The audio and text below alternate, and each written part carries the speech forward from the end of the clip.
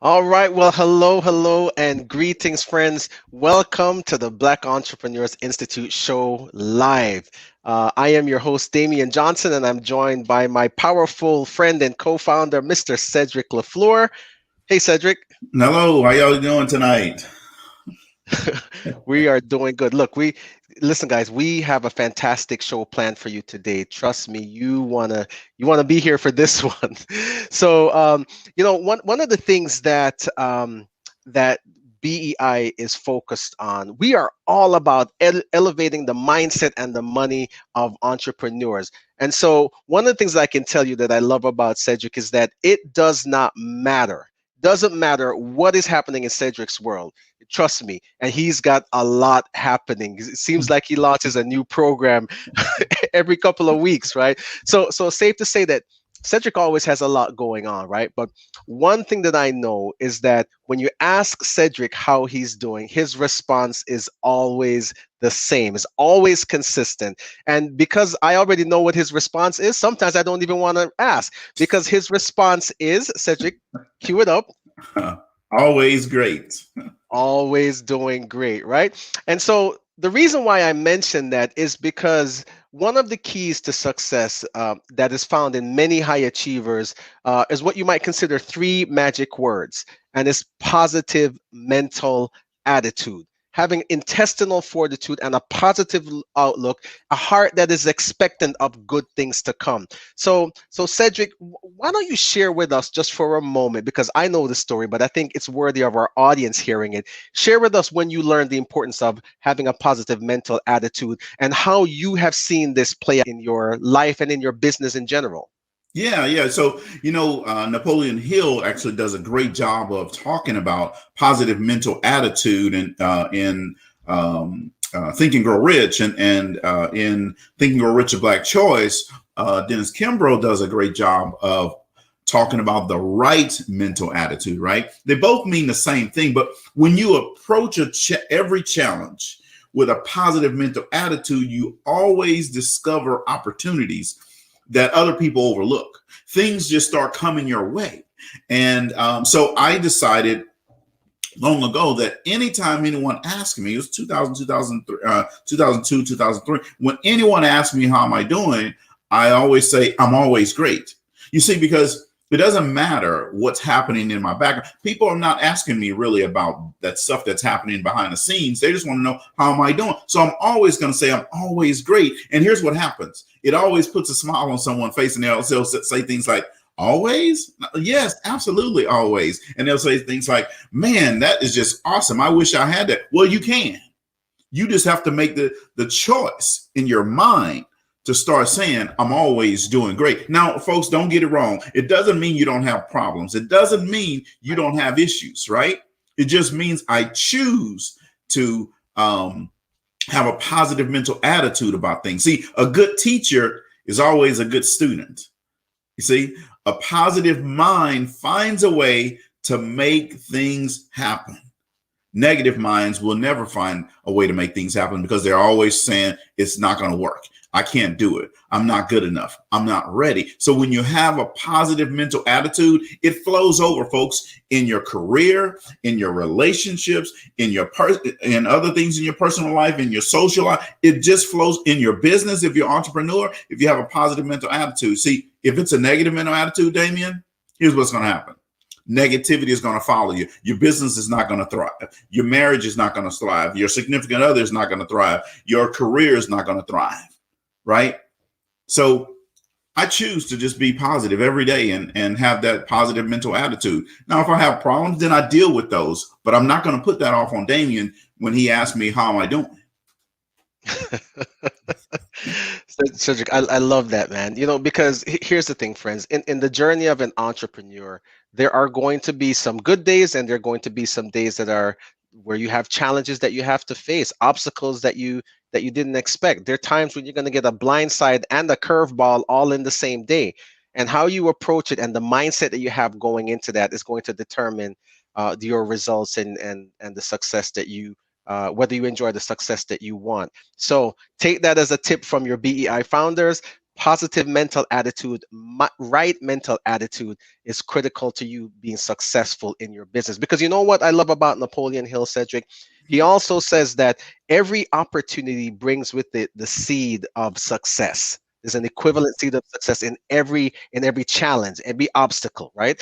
And so maybe the challenge that you're facing in your business right now is really there to serve you. It's really there to teach you. Maybe there's some other opportunities that you need to pivot and see. And if the challenge didn't present itself, you wouldn't be aware of that. So, right mental Absolutely. attitude. Now, here's the other thing, Damon. Before we go on, you Mhm. said something at the very beginning. I'm always launching something new. My goal is to have 1 year where I do 52 and 52. See, that means What? 52 products in 52 weeks. That means every week I launch something new. I'm not gonna. I already fell behind this year, but I have it as a goal that 1 year I'm gonna do 52 in 52. So maybe someone can hold me accountable in 2022 that it goes right in line. In 22, we're gonna do 52 in 52. Oh, that sounds good. I love it. Yeah, listen, y'all, hold him accountable for that. In 22, 52 in 52. That is we're gonna hold you to it, Cedric. Listen, we have an amazing show for you today. I can't tell you how I've been excited and looking forward to our guest today. So it is time for you to buckle up and strap in because our guest today is brilliant and he's going to drop pure gold on us. So our guest today, my friends, his name is Dean Berry. And Dean is an entrepreneur with a passion for business growth and economic development. Here's the thing. He aligns with manufacturers, distributors, innovators to bring cost saving medical supplies and PPE to market. In spending nearly 2 decades in the capacity of CEO for a medical supply distribution firm, his connections and knowledge base is absolutely exceptional. Dean understands the economic implications and growth opportunities both for both products and clients. So he's got a very strong grasp of the business climate and possesses the ability to be in the moment, a point in the present where complex problems are simplified. And I bet that has something to do with positive mental attitude. So here's the thing. Dean is the managing director for a number of companies, which include Sterling Distributors, VDA Medical, Diabetesstore.com, American RX Direct, Denled Holdings, and How Global LLC. A few of his business accomplishments. Let me just call the roll so you know who we're talking about and who we're going to have here shortly.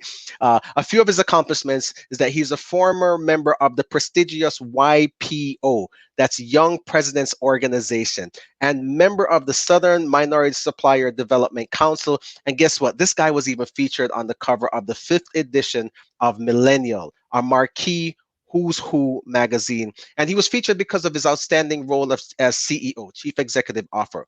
Now, all of those accomplishments are good, but Dean also understands the importance of giving back because he mentors kids on life, accountability, and on leadership through the Florida Flight Elite Program, which is a nonprofit organization that he co-founded. Now, in terms of his educational background, he's got some pedigree here too. So he obtained his degree from Georgetown University, McDonough School of Business, with degrees in marketing and economics with an added focus on finance. In addition to his extensive background, listen to this. Dean was a student athlete under John Thompson Jr., and he was actually the first walk on to letter all 4 years. In the basketball world, he is known for teaching Allen Iverson. Now, you all know who Allen Iverson is, AI. He's known for teaching AI the famous crossover dribble.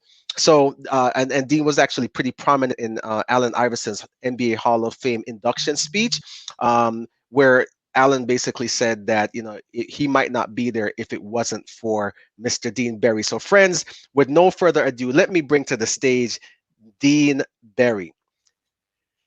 Hey, Dean, welcome to the show today, my friend. How are you? I'm great, Damien. Thank you guys for having me. Oh man, we're glad that you're here. Yeah, we absolutely. So Dean, I want you to tell us a little bit about your background, because clearly, we can read your bio and we know that your accomplishments are extensive. But just take us back to the beginning and let us know how you got to this place where you are today. Well, it's rather interesting. I was born in Jamaica. I was raised in Brooklyn, uh, Brooklyn, New York. That is in Jamaica. When I say Jamaica, people always associate that with Queens, but no, I'm from the island Jamaica. So I was born in Jamaica. I was raised in Brooklyn. I was fortunate to go to one of the best boarding schools for high school in the country. I went to Episcopal High School in Alexandria, Virginia, the same school that produced John McCain and a bunch of other senators and just some entrepreneurs. So the focus from that school was really to create leaders for the next generation, and I think I really took that to heart, and that's one of the things I kind of really focused on throughout my since high school, pretty much. Just really not only becoming a leader myself, but also inspiring others to lead and to take the bets and just run with it. So then I went off to Georgetown, played for 4 years for the late great legendary coach John Thompson, where I kind of learned more as to just being able to stay focused and be disciplined throughout all the endeavors I take on, and that man really changed my life from that standpoint. It made me feel like there's nothing I couldn't accomplish. And just a lot went on behind closed doors with Coach Thompson. He taught you that your ability is kind of, a phrase that Ralph Waldo Emerson always said. He said in his essay on self-reliance, he said, your ability is new in nature, that not even yourself can know what you can do unless you try it. So Coach Thompson always encouraged me to try different things and new things. And I think that just allowed me to accept, falling short sometimes, because you're not always going to be on top. But the key is to just stay focused and disciplined. So a lot of lessons came from Coach Thompson and that experience, and I translated and I bring it over to business. On the business side, you're not always going to, get the greatest return on your investment that you want, but you could always learn something. There's always something to learn, and you can take that knowledge from a failure and take it to something else that can help you to really succeed later on something else. So that's what I've done, and I've done that with all my businesses, and it's been a fun ride. I have no regrets at all on the decisions I've made, and I think that's a part of being successful. Just not having regrets, but learn from situations that you encounter. Yeah, absolutely. Just, we're talking about positive mental attitude. So in order for you not to have regrets, that means you got to have that positive mental attitude, right? Failure is going to happen and you just keep on moving, and things going to happen. You just adjust and keep going. So like on a game of basketball, right? You didn't stop that guy, but you can't stand there and say, well, hopefully I'll stop him next time. You just got to go try to stop him, right? And let it go. So given that you played at the college level at Georgetown, that's a high level that you played at. I'm sure, positive mental attitude is nothing new to you. And I understand from your bio, you mentor kids and you probably talk to them about positive mental attitude. So can you share with us how having this positive mental attitude perspective has really helped you in your life as you've gone forward? Well, I'm a strong believer that, whatever you tend to focus on will at some.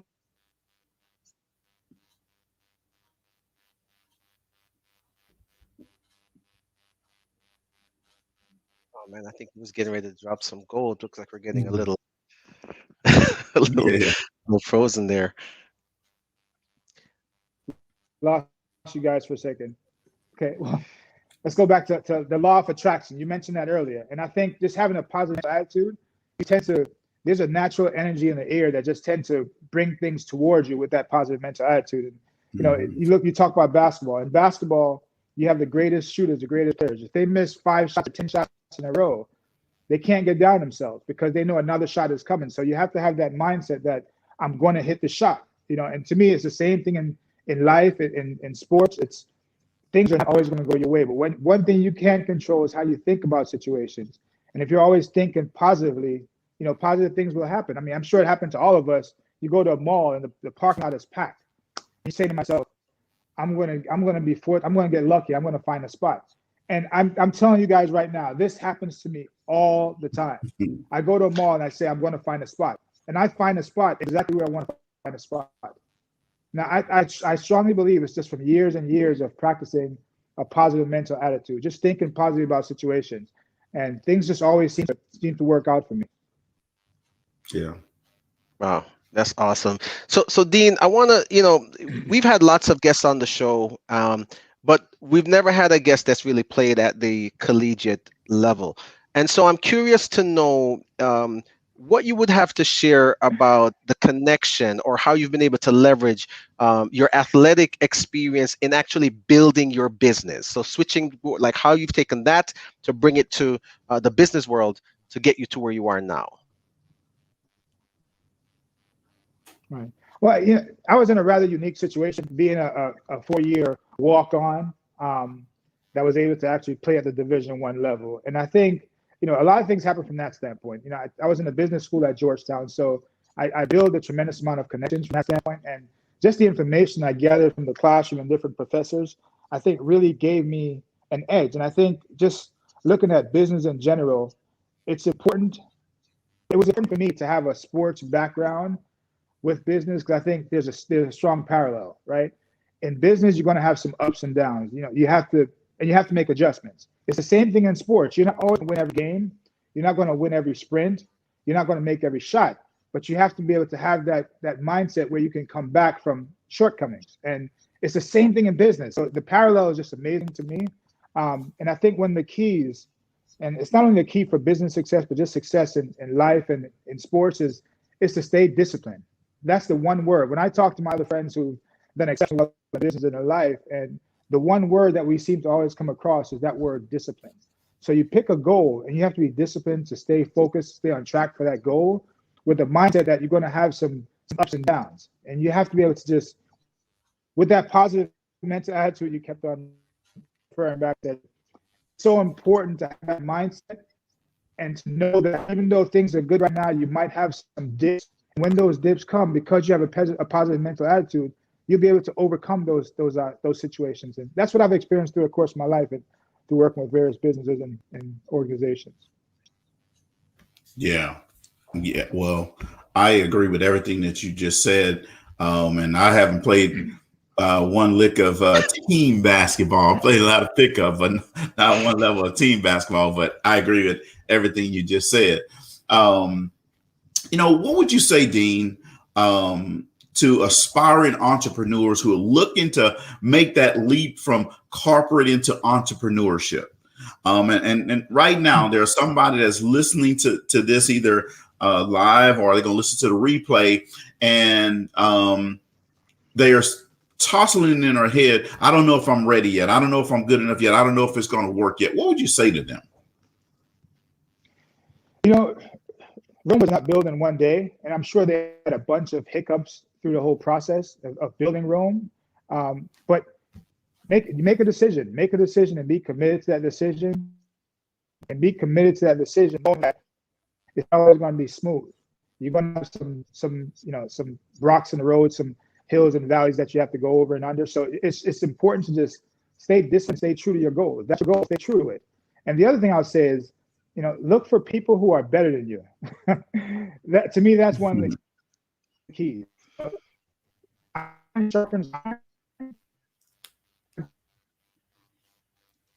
I think we kind of lost the connection again. Yeah. You know what? While we're waiting for that to come on, I love what he said, because his last point, Cedric, was look for someone better than you. And ironically, that's what Allen Iverson did. But folks, since we're waiting for Dean to reconnect, I'm going to show the clip of Allen Iverson's acceptance speech so you can hear what he had to say. Jackson, Godwin Owinji, Victor Page, James Reed, Joe Tuomo, and Dean Barry. Maybe I wouldn't be standing here if it wasn't for Dean Barry teaching me the crossover. A walk-on. Man didn't even have his name on the back of his jersey. But at practice, he used to hit me with it so much that I just put my pride aside and said, okay, you got to teach me that move.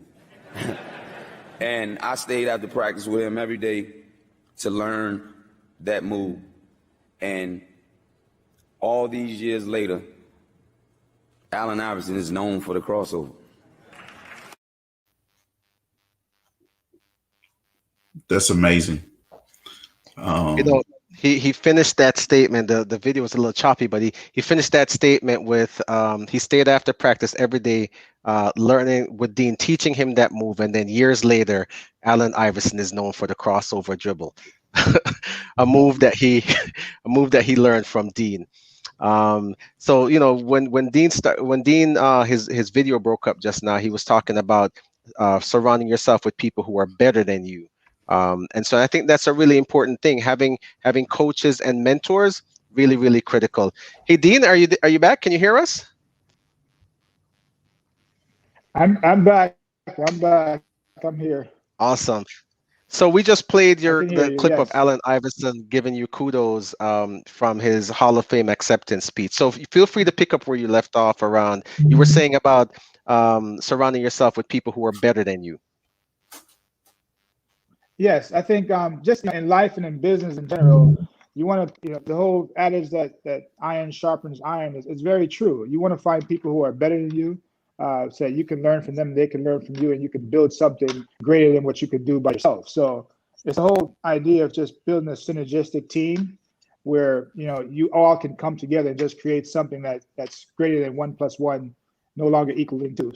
So that's the result of building a strong team, and that's how I've built my companies and and just my life in general. I look for people who I can learn from, and vice versa.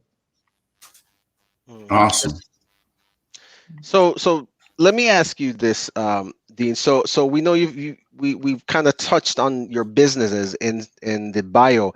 Tell us a little bit more about what it is that your business actually does and how you decided to embark on that particular entrepreneurial pursuit. Well, I'll give you a little the genesis of the whole situation. When I was in college, a big focus was on finance. So we all gravitated towards finance, investing, and so forth. And I actually started that whole financial side of investing when I was in high school at Episcopal High School through investment clubs. But I've always followed the market, and the market to me was really big because the baby boomers were in that particular area. And so everywhere the baby boomers went, that was kind of where my focus has been. So when they, in the, I think it was like early 2000, late 1990s, they started kind of not migrating, but started getting older and, need more healthcare. So I watched the pharmaceutical stocks and just medical supplies. So an opportunity came up, and, I was asked to mind join at the time, finance made sense to me because this thing that I was working with,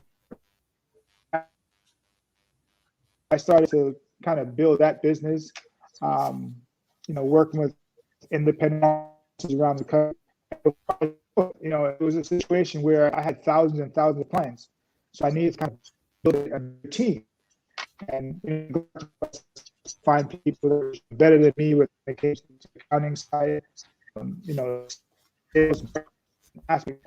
Right now I'm supplying close to, I would say, north 7,500 independent pharmacies and drugstores and other medical supply facilities around the country. And we've branched off into certain islands and other disciplines within medical supplies like university hospitals.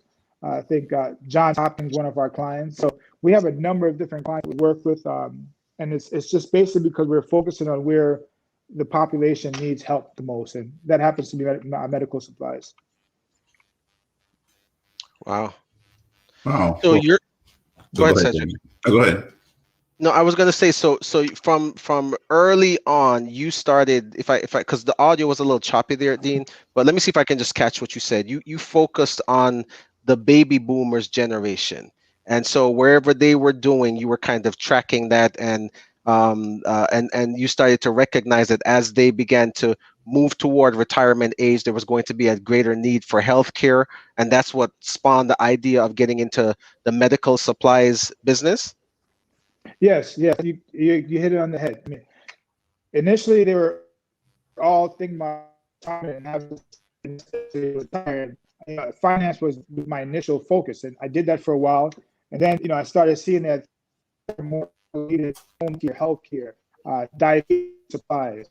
So diabetes supply actually is the forefront of the medical supply business, and because a great portion of the population is diabetic, and they happen to Right. be within that baby boomer demographic. So we build the business from that standpoint, and of course branched out into other categories within medical supplies like respiratory.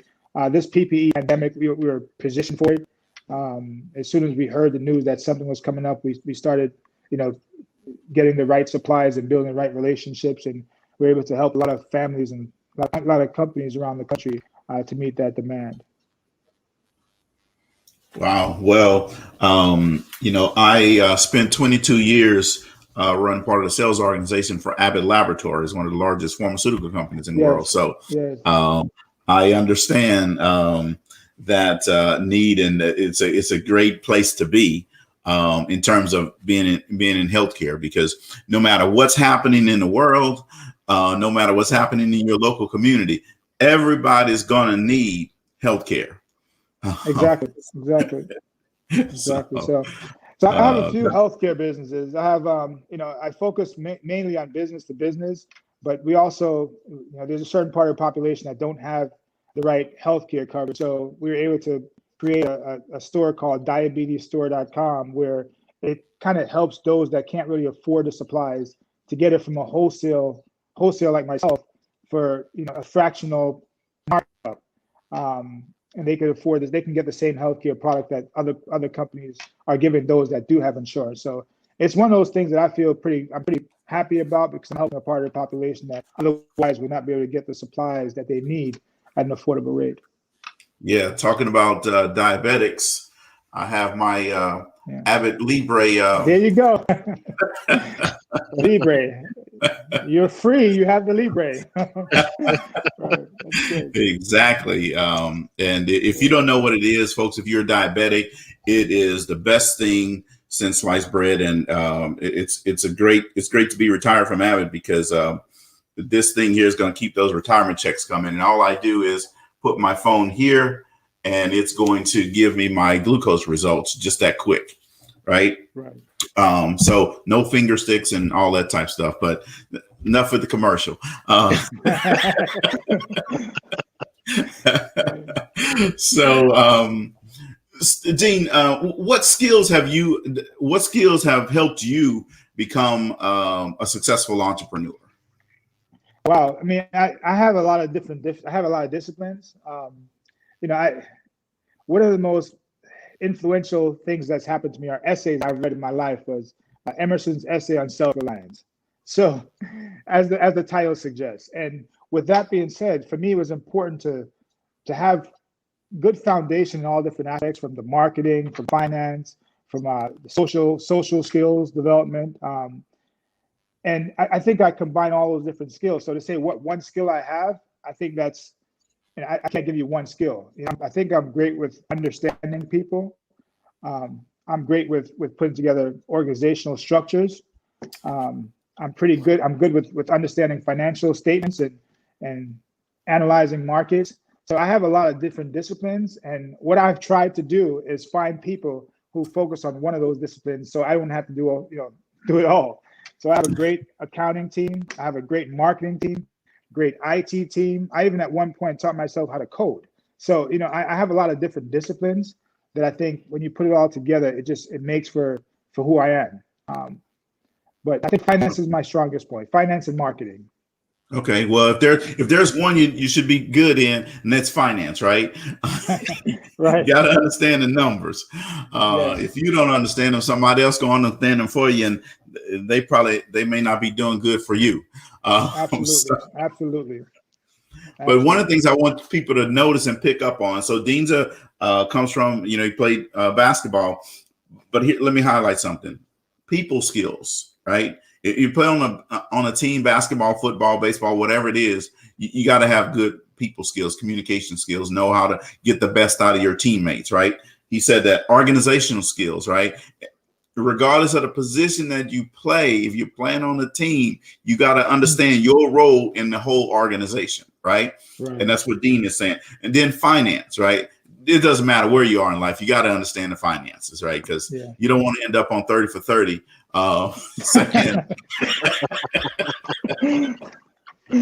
Oh man, yeah. That's funny.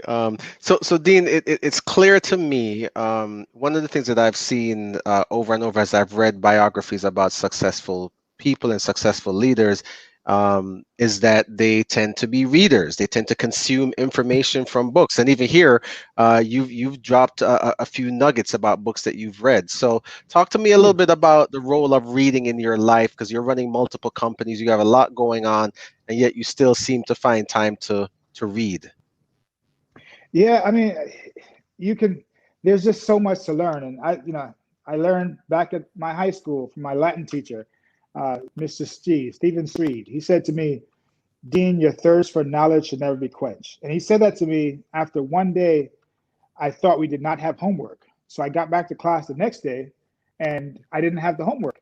So he took me aside after class, and he had me translate the first, I think, 30 lines of the Iliad, which was all written in Latin, and I had to translate it to English. So I did, and after I did it, he didn't read it. He just said to me, "Your thirst for knowledge should never be quenched." So I think from that day forward, even though I did not know we had homework, from that day forward, it became a very important part of my life to make sure I'm constantly feeding my mind with different things, with whether it be reading, whether it be driving with audio tapes. And I drive my wife nuts with the audio tapes because we might drive 4 hours and I'm listening to The Secret or something like that. But books have been a pivotal part of my life. I tell my kids, you could be here in Florida and open a book and you find yourself in Paris.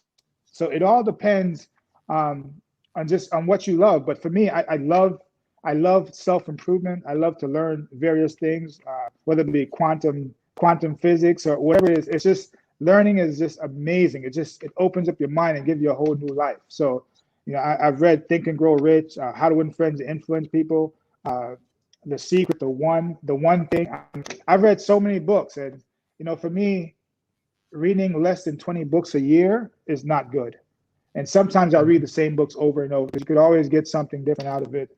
And if you have the time to read, like I don't sometimes, I drive. I drive, and when I'm driving, it's audio tapes. So it's just constantly feeding my mind with new information and just trying to better myself. Yeah, and you know Constant what? Talk process. about positive mental attitude. What happens sometimes is you may hear something in that audiobook and you hear it and you might even not even think it registers. And then all of a sudden, a couple of hours later, a day later, a week later, you having a conversation with someone, and that point you got from the book, you're like, this is going to be a great point to tell them right then, right? It happens to me all the time. Absolutely. Yeah. Absolutely. Yeah. Well, that's awesome. So, what are some key activities that you would recommend to entrepreneurs to invest their time in? I know one of you already said reading and the thirst for knowledge, but what are some other things that, because we have the iGen generation, they're the younger generation coming up. What's some things that they can do to get themselves prepared for entrepreneurship? I mean, that's a great question. I think reading is definitely important. And one of the things that I would strongly recommend for the younger generation is to engage in situations where you can actually be social and where you're dealing with different personalities. And I don't mean like over the internet or, Instagram or Twitter. To me, you need to be in a situation where, like sports, if you're not involved in some kind of sports or something that other people are relying on you for, or, you're relying on other people, it's not really going to help you in business, because in business, you're going to always have multiple various personalities coming at you from different angles. And if you want to be the leader, that you have to be able to handle those different personalities. And that's one of the things you get from sports. So whether it be, after this pandemic, you get involved in a racquetball, club or basketball, recreational, just do something that involves working with a lot of different people. And I think it will help. And the flip side to that is give back. There's so many, you learn so much by giving back. And you don't realize that you're learning, but you feel like you're just giving and giving and giving, but you're learning a lot about empathy. Empathy is extremely important, not only in giving back, but in business. I think one of the ways that you can close a deal better is understanding what your client is going through. If you could put yourself in your client's shoe and you need empathy in order to do that, then you could better close that deal. And it should all come from a part of you that's really sincere. Don't be empathetic to the point where it's just about closing the deal. You have to really care about that person you're dealing with and think long term. For me, my businesses, all my businesses, it's about repeat business. And you get repeat business when people feel like you're really sitting on their side of the table versus sitting across trying to negotiate a deal. Yes, absolutely. Absolutely love that response there in terms of telling them to get involved with some type of sport, because it's going to give them the social interaction they need, understanding systems and processes, how to run a play, right? And you may not agree with the play that the coach called, but you have to run that play because there's a system. And then all of a sudden you find yourself, you're open. Now you got the shot, right? Or you're going to get burned if you don't. Coach Thompson once, I remember Coach Thompson said to me, he said, well, not to me, but he said to our team, he said, if I design a play and you decide to not run that play, and that play that you decide to not run does not work, it's your fault. But if you run my play and it does not work, it's my fault. So it's better you just run the play the right way. And I think that's one of the things that people need to understand. When you go into a company, you do things the way the company wants you to do to a T. And if it works, that's great. If it doesn't work, it's not your fault, right? But don't try and change things. Don't try and change things until you get to a point, unless you're at a point where you've been so influential within this company. And that's one of the things that I see a lot of people doing with some of the hires that I bring into my different companies. They want to come in and change things when things are working a certain way. So be disciplined. And sports kind of force you to be disciplined. You have to run that play the coach wants you to run, or you're going to be sitting on the bench with him. Yeah. He's sitting right next with the coach. Hold his paper, his clipboard.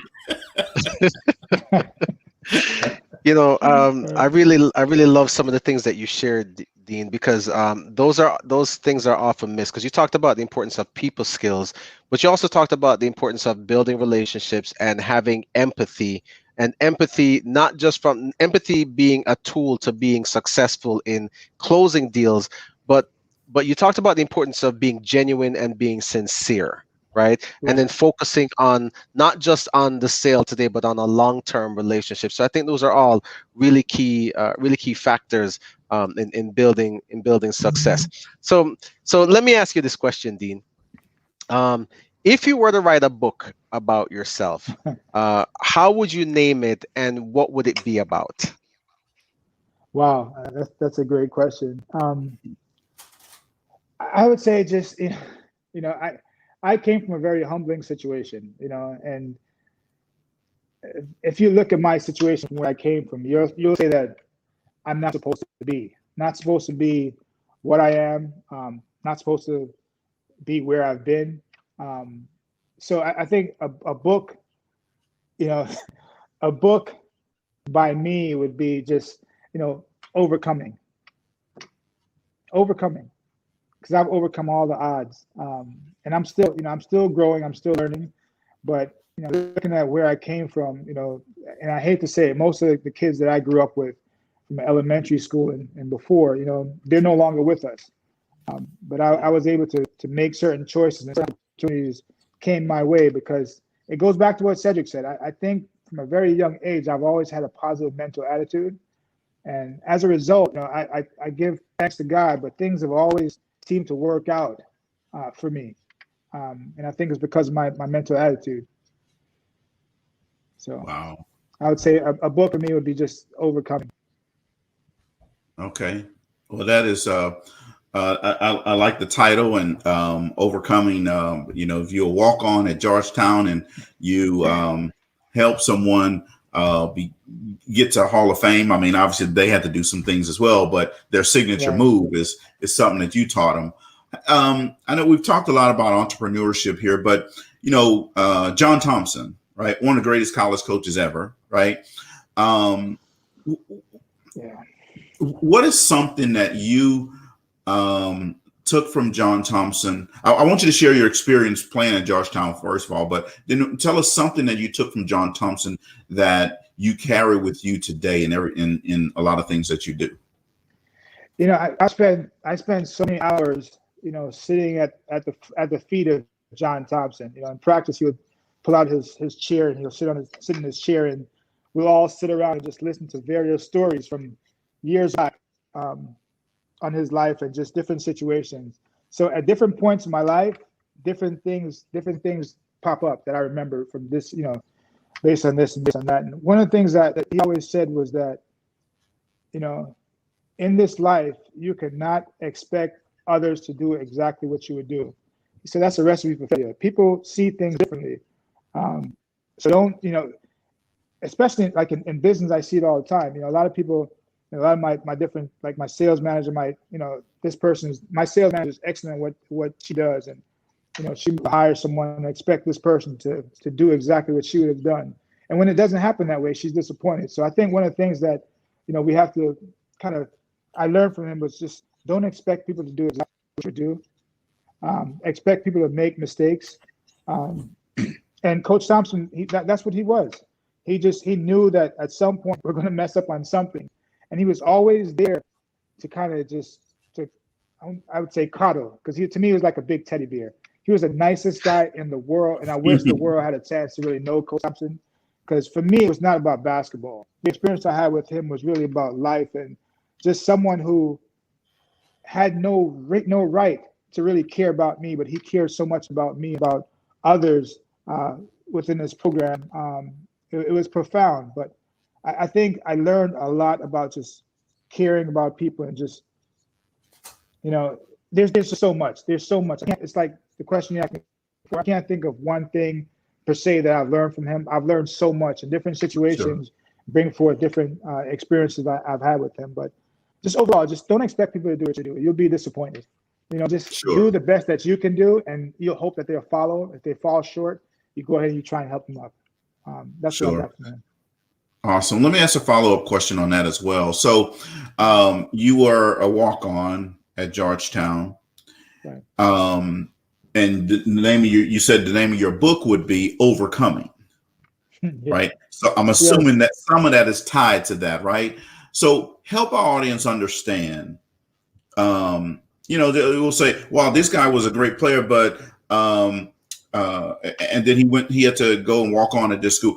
Help our audience understand what it's like when you are not the scholarship guy, the number one guy come to the team, you're a walk on, and what experience you had to go through. Because I think that's going to help people also tie to the perseverance and persistence in business. Well, for me, a lot of kids who were on scholarship, they'll come in, they'll take situations for granted. They wouldn't go to the gym when the gym was open. For me, I had to do extra. So from a basketball standpoint, I would get to practice a lot earlier, and I would stay as long as I could just to work on different parts of the game so I could be relevant on the team from a playing standpoint. So at one point, I think I was one of the best three-point shooters because I spent so much time shooting. It's just like how the whole crossover thing came up. For me, I'm not the tallest. I'm like 5'11 and a half, 6 foot. If I'm, so for me, I had to find ways in which I separate myself from the bigger players. So whenever I saw a big guy guarding me, like a bigger guard, I loved it because I knew what I was doing. I could get away from him. So I spent a lot of time, practicing, how to get shot fake off, how to fake left and have the person go right. Just all these different situations I spent a lot of time on. So for me, as a walk-on, it goes back to that word discipline. You have to be disciplined enough to spend a lot of time working on your game from all different aspects, from passing, shooting, dribbling, just in understanding like rotations. Like a lot of people don't understand that, you could be on one side of the court, but it's important to know what's going on the other side of the court as well. Like if the ball moves to the left, how is the defense going to react? So I think just the intelligence behind the game, you have to spend a lot of time doing that as a walk-on, so you can be real. Because a lot of kids, especially a lot of kids on scholarship, unfortunately, it's a lot of athletic ability and so forth, and they're not thinking the game. So for me, it was all those different things, thinking the game and just working extra hard on different parts of my game. Wow, Damien, here's what he did, the golden nuggets he just dropped on these entrepreneurs, right? So he said he came to practice early and he stay as late as he can. So you know what? I remember Eric T saying, sometimes you can't just work from 8 to 3 because the Gazelle may not be open from 8 to 3. Right? You might have to be in at 4. You might have to be in on Saturday afternoon when everybody else is chilling, partying, and doing all other kind of stuff. He also said you have to be able to make adjustments and adapt to what's happening in those situations, right? That happens in your business as well, right? See, the customer Absolutely, doesn't know that you absolutely. want them to buy from you. I'm sorry, go ahead. No, absolutely. I think there's a strong parallel with how I approach sports and how I approach business. You have to make adjustments. You have to stay late. You have to get there early. You have to be able to. It's no longer a 9 to 5 for an entrepreneur. You're constantly thinking the business. You're constantly thinking the game, and I think that gives you an edge if you could stay disciplined and continue to do those things. Absolutely. Awesome. Thank you for that. Yeah, those are Thank some great nuggets. So Dean, there's one last thing that I want to touch on before we wrap up is I just love the fact that you have a mentoring program, and I just want you to share, because you said you came from humble beginnings, and I'm from Jamaica too, so I get that. Share why it was important for you to have this mentoring program and give back. When you're walking down the street, there's a kid, that's walking on the other side of the street as well. And if he can live a better life, that means you can live a better life as well. So, I'm not going to say I do it for selfish reasons. I do it because I think that in helping others around us, we create a better society. And I've seen some of the kids that's gone through my program, gone off to get their master's degree, PhDs, become leaders within their different disciplines, whether it be in the church or in their own business. So, one of my kids wrote a book. So giving back is really about making society better, making the world, and that enjoyment to me to see people succeed as well as things that I want to impart on them. Yeah, so the audio was a little choppy there, but I think I got that you said giving back for you is about making the world a better place, building up society. Did I get that? You did get that correct, yes. Awesome.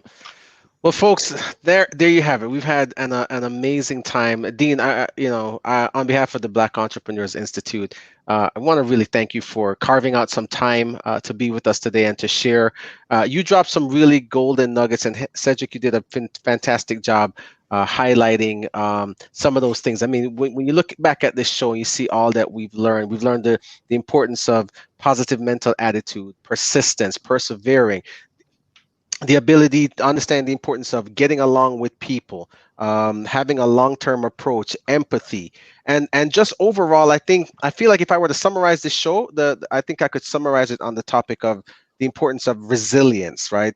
Keep on keeping on in spite of what you're facing. So Dean, thank you. We certainly appreciate you being here with us today. Well, thank you guys for having me. Thank you, Damien. Thank you, Cedric. It's been a pleasure. And I love what you guys are doing here at the BEI. I think it's a needed platform, and continue doing what you do. Awesome. Thank you very much. Nice meeting you virtually.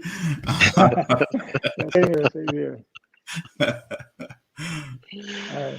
Awesome.